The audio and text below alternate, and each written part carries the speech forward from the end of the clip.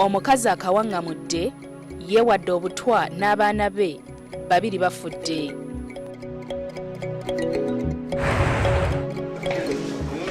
Tewali bujulizi, kkooti egobye omusango gwa pikipiki ogubadde guvunaanibwa Gilbert Bukenya.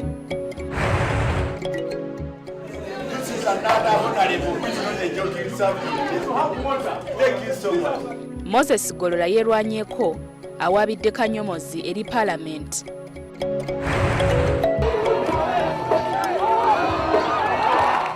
Mu basketball, tulinze lwankya okusalawo ani yaani ku Power ne Warriors.